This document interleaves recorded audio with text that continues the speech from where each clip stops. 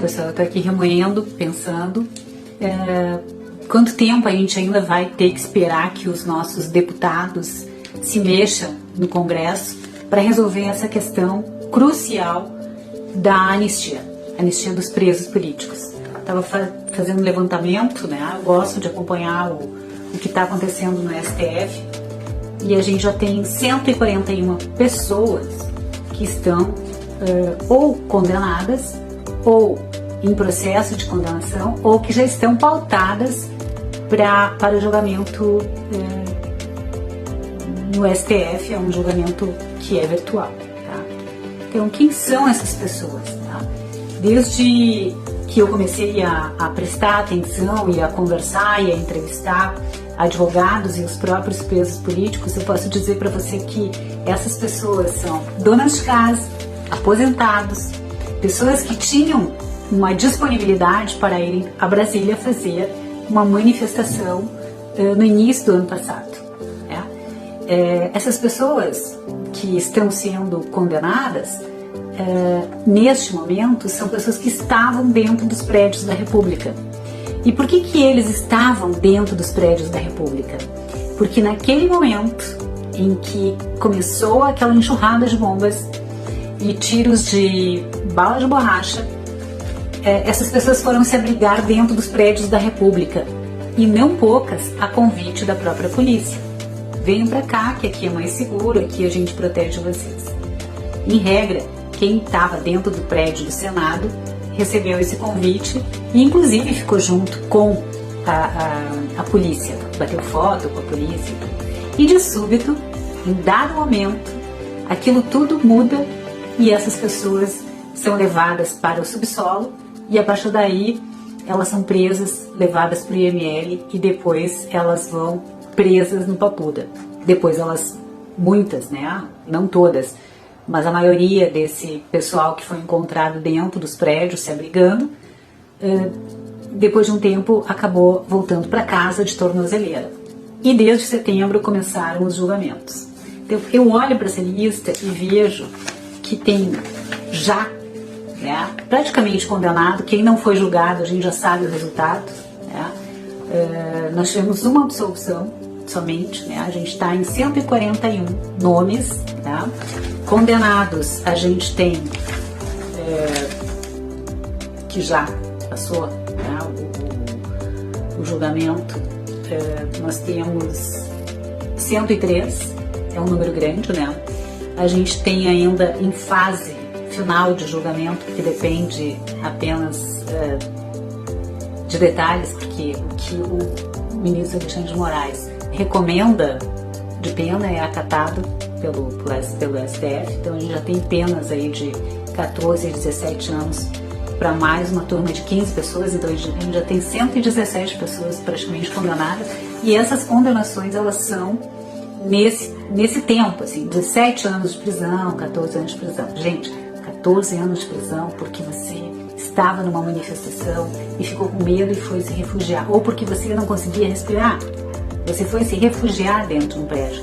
Não existe nada, nenhuma comprovação de que essas pessoas tinham armas, que essas pessoas tinham qualquer objeto ou que tenha feito um estrago no patrimônio público. Essas pessoas não se conheciam, elas foram se conhecer no próprio presídio. É uma coisa absolutamente impossível de você ter um movimento golpista onde as pessoas não se conheçam. Elas simplesmente vão com uma bandeira, com uma bíblia, com um terço, e aí elas, uma água na mochila, e elas estão fazendo um golpe, né?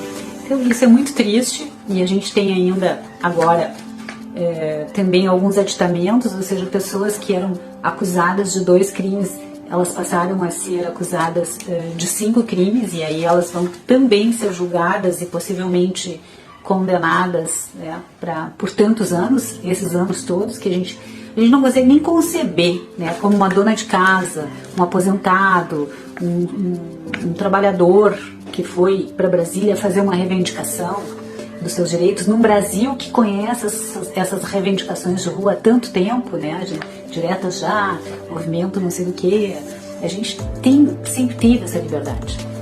O que aconteceu em Brasília a gente não discute, não era para ter acontecido. Isso tem que ser investigado, mas pessoas com quem eu tenho conversado e que têm uma boa índole, nada justifica que elas fiquem presas, nada justifica que elas tenham sofrido tanto quanto elas sofreram.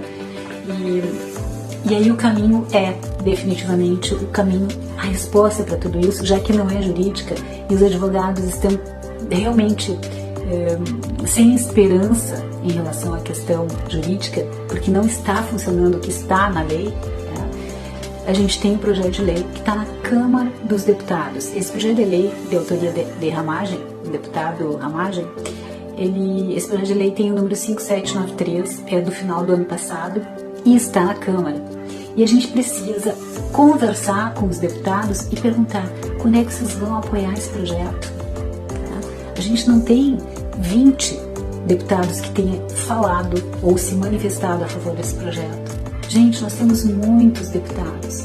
A gente tem que pressionar essa gente que nos representa. Ou definitivamente essas pessoas não representam os brasileiros de bem. Elas representam qualquer outra coisa, possivelmente os seus interesses, mas não do povo brasileiro. Então, nós não podemos abandonar essas pessoas que estão presas dentro de casa ou dentro de presídios ainda. Tem gente que desde o dia 8 está presa. A gente não pode abandonar essas pessoas e fazer de conta que a vida está bem, que está tudo certo, que eu vou me divertir, que eu não vou prestar atenção, né? Até porque realmente é difícil prestar atenção quando você só liga os veículos de comunicação que chamam eles de golpistas, né? Essas pessoas são golpistas. Golpe do quê? Com que arma? Quem que estava armado? Né? Conta pra gente o que aconteceu em Brasília. Né? Conta que tipo de agressão essas pessoas que estão presas fizeram. Bateram em quem? Quebraram o quê? Machucaram quem? Nada disso aconteceu, gente. Quando você começa quando você conhece a verdade dos fatos e você vê que essas pessoas, elas desejavam alguma coisa diferente do que temos hoje. Sim, elas desejavam e manifestavam alguma coisa diferente, mas isso faz parte daquela liberdade que nenhum ser humano pode abrir mão, porque ela deixa de existir automaticamente. Quando você não tiver mais liberdade de ter opinião ou de pensar diferente, então quem você vai ser? Absolutamente ninguém. Então, questão número 1, pressionar os nossos deputados para que esse projeto de lei ande e efetivamente a gente tenha anistia e que a justiça volte a ser restabelecida nesse país e que essas pessoas, essas donas de casa, esses trabalhadores, esses aposentados tenham realmente um pouco de paz, de espírito depois de tudo que eles sofreram e ainda sofrem. É isso que eu penso, que a gente não pode parar, que a gente tem que ajudar essa gente toda.